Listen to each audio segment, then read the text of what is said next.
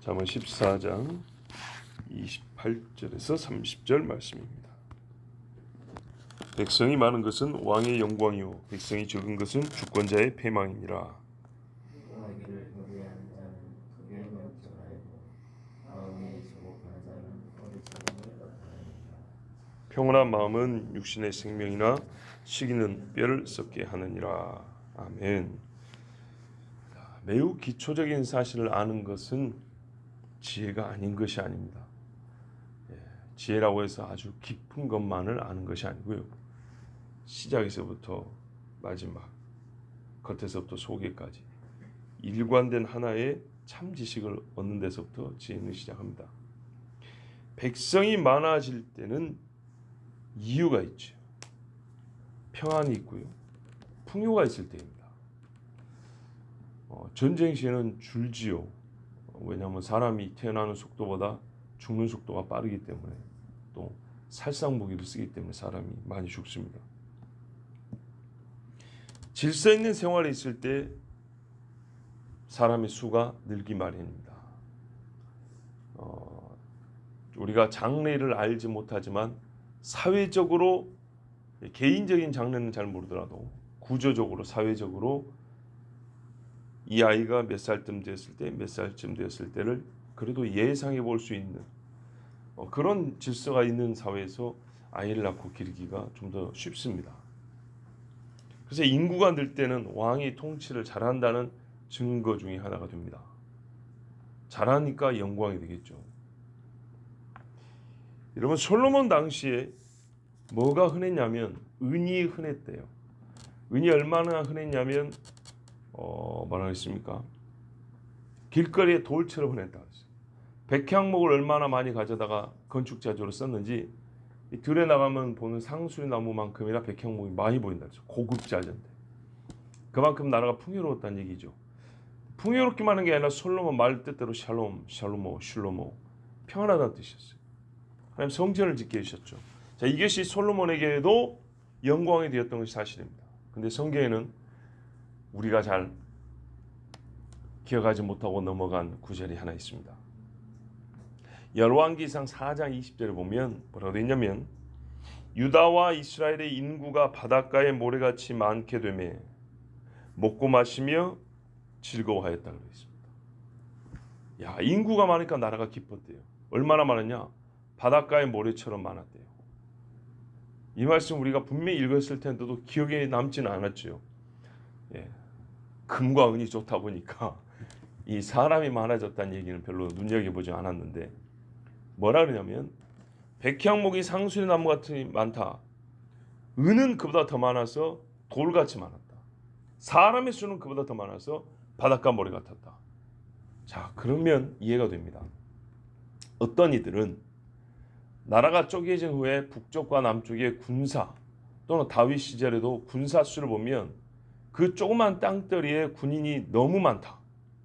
세보면 100만이 넘어요.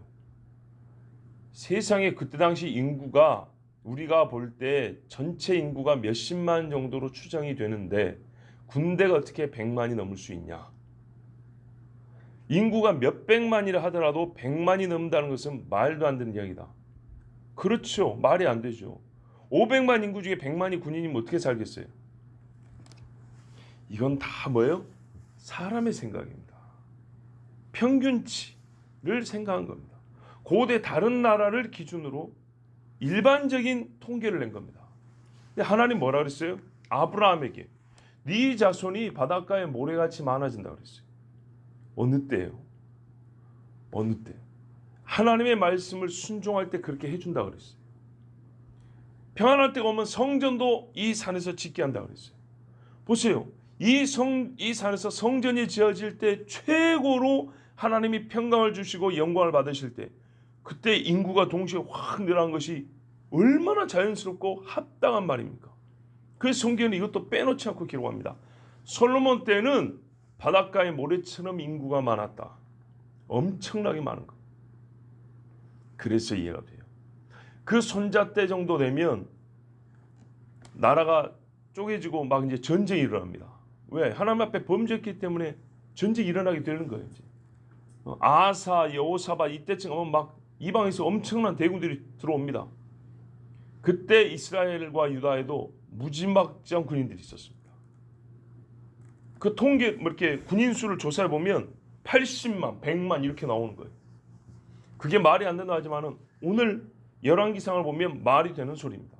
솔로몬 때 바닷가의 머리처럼 인구가 많으니까 군인들이 100만이 돼도 넉넉한 겁니다. 수도 되지만은 그 군인들을 물자를 대고 봉급을 주고 이게 가능한 겁니다. 자, 성경 말씀은 이렇게 해서 정확합니다. 그런데 이게 동시에 뭐가 됐어요? 성경에 우리 호세아서에 보면 되죠.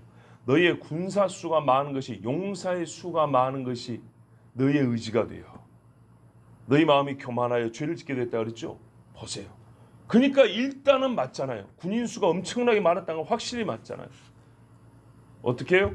솔로몬 당시 하나님이 복을 줘가지고 인구가 엄청 늘었고, 이 무지막지하게 는 부와 인구수를 가지고 사람의 영광을 삼으니 하나님 주신 영광을 하나님께 감사합니다 하고 계속 내려가야 되는데, 이게 솔로몬 후반기부터 우상 숭배하니까 마음이 교만해지고 하나님을 떠나버리니 그 많은 돈과 그 많은 인구를 가지고 자기 힘을 삼으니 하나님 그걸 내버려 두겠어요? 인구도 팍팍 줄여버리고 가지고 있는 물질도 다 뺏겨버리게 만들죠.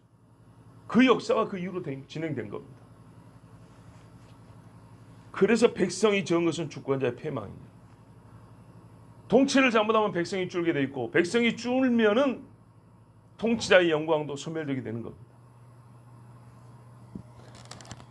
처음부터 백성이 적으면 다른 나라의 관계에서 불리하기 마련입니다.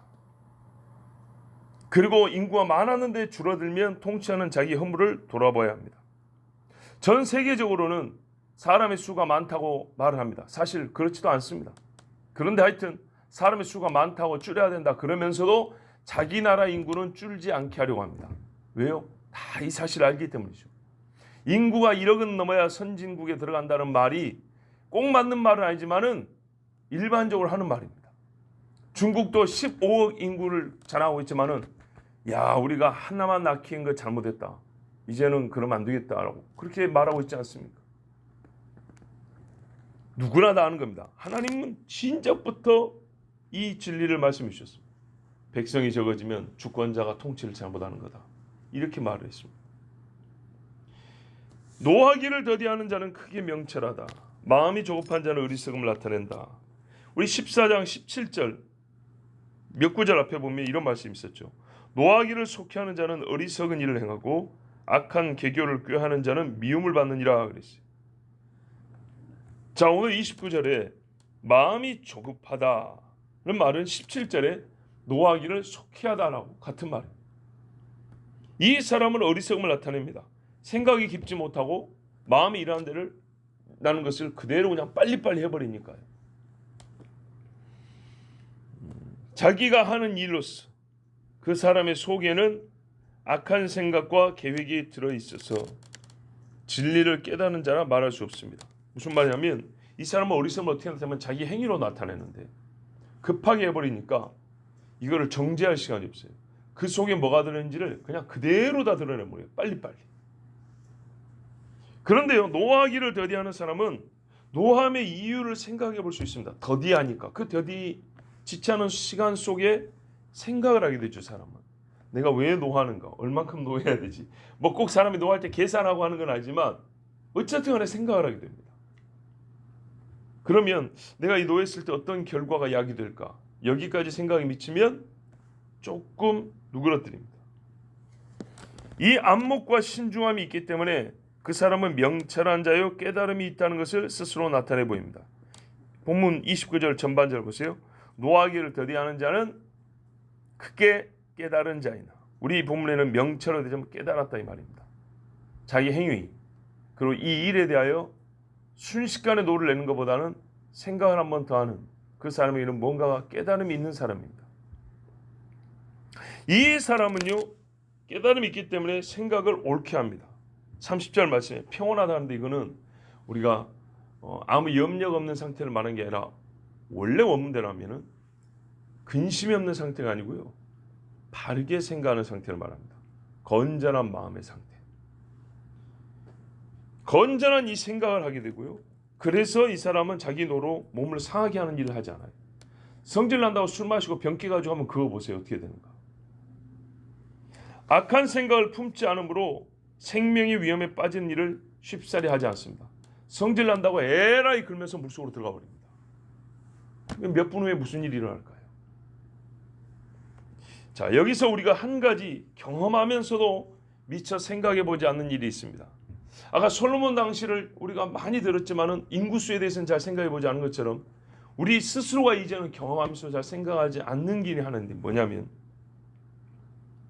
사람의 노함이 일으켜지는 속도가요. 속도. 불리한 일이 발생하거나 누군가 나를 욕할 때가 아니라 타인이 잘 될 때. 어떤 영역이나 분야에서 나는 없는 것을 그가 가지거나 내가 못하는 것을 그가 잘하는 모습을 볼 때, 또 누군가 그를 칭찬하는 소리를 때 훨씬 빨리 일어납니다. 자, 시기는요, 엄청난 속도로 마음에 발생해서 분노로 이어질 때가 많습니다. 자, 구분하자고요. 분노의 크기는 누가 나를 욕하는 것을 듣거나 나와 다른 의견을 가진 자와 계속 말다툼을 이어가다 보면 분이 확 커집니다. 타인이 나에게 손을 내렸을 때 누가 이랬어 하고 분이 엄청나게 일어납니다. 그런데요, 의외로 마음속에 불편한 감정이 발생하는 속도는요, 타인의 성공과 우월함에 대한 칭찬을 듣는 순간, 그의 잘남을 보는 순간 바로 일어납니다. 그리고 이게 분노로 이어지고 다툼으로 이어지는 때가 있습니다. 예를 들어서 부부가 어디 갔는데 동창회 갖다 치자고요. 근데 한쪽 편의 동창이 잘된 거 보니까 전부 다 우리가 다른 친구, 야 이번에 누가 뭐가 됐다는데 우리 박수 한번 치자 그랬어요. 근데 내가 그 친구 별로 안 좋아해. 그럼 어떻게 해요? 누가 나를 해코지 한 거 아닌데 기분 그 순간 안 좋아져 버려요. 이래요. 이 옆에서 부인이 뭐 자기 뭐 샘내는 거 뭐라고 막 이렇게 바로 확 일어나 버리죠. 그리고 이제 그거 가지고 돌아오는 길에 차에서 몇 마디 주고받으면 운전대가 돌아가죠. 시기가 분노를 일으키는 속도가 훨씬 빨라요. 예, 큰 것은 누가 가만히 있는 차를 확 받아놓고 가버렸어요. 그럼 화도 나지만 희한하게 속도는요, 시기가 엄청나게 빨리 분을 일으켜요. 생각보다. 우리가 잘 생각을 안 해봐서 그렇지 경험상 그래요. 경험상. 그죠? 내가 경험해봐서 그렇고 남이 경험한 걸 옆에서 봐도 그렇고 바로 얼굴 달라져 버립니다.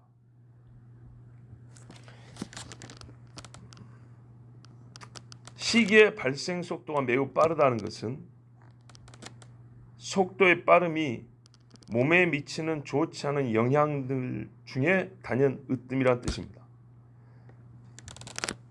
속도가 매우 빠르면 민간인들이 전투기를 타면 몸이 못 견디죠.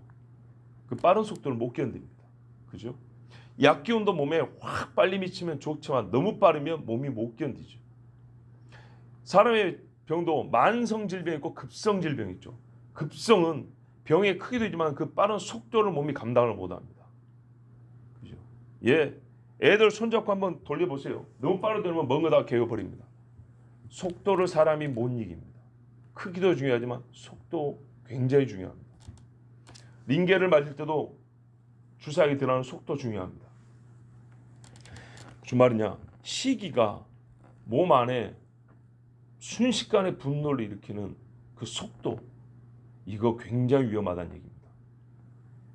기쁨이 신속히 확산되는 것이나 배부름이 급하게 오는 것, 피곤이 급소하게 힘을 떨어뜨리는 것보다 더 나쁜 것이 시기라는 감정이 온 정신을 순식간에 사로잡는 겁니다. 단번에 눈동자가 초점을 잃어요. 저 사람이 칭찬 듣는 거 내가 그 사람을 못 보겠어요. 얼굴을 다른 데 돌립니다. 얼굴이 경직되어 버립니다. 몸이 부자연스러워집니다. 좋은 생각들이 사라져 버린다. 좋은 생각이 안 나와요. 예, 시기하는 순간 좋은 생각 안 나옵니다. 순식간에 좋지 않은 감정들과 생각이 내 몸을 사로잡아 버립니다.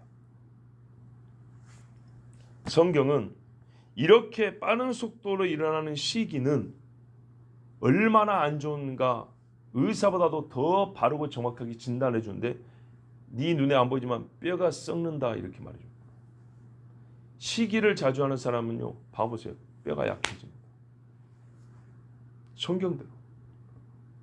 그러므로 여러분, 시기로부터 급하게 노함에 이르는 일을 자주 하는 사람, 이 사람은 뼈가 강하기를 기대해서는 안 됩니다. 하지만 자기에게 누구든지 시기는 일어날 수 있어요. 그러나 일어나는 시기를 잠잠케 할 수 있는 능력을 가진 사람. 하나님이 기뻐하는 일에 내가 시기하는가?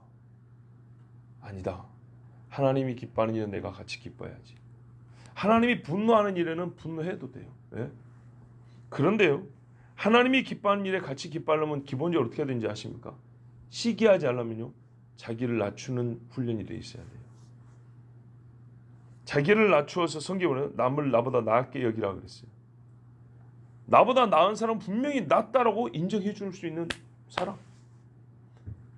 이렇게 훈련이 되어 있으면 시기가 잘 일어나지 않습니다. 그리고 그 시기로 말미암아 급하게 분노하지 않습니다. 자, 그러면 이 사람의 마음을 어떻게 하죠? 30절 보세요. 건전한 마음을 가진 사람은 육신에 생명이 있다고 그랬어요. 그래서 평온을 말하는 게 아니에요. 평온의 반대는 두려움이거든요. 근데 여기서 보면 시기와 반대되는 거예요. 잘한 거는 잘했다고 하는 거예요.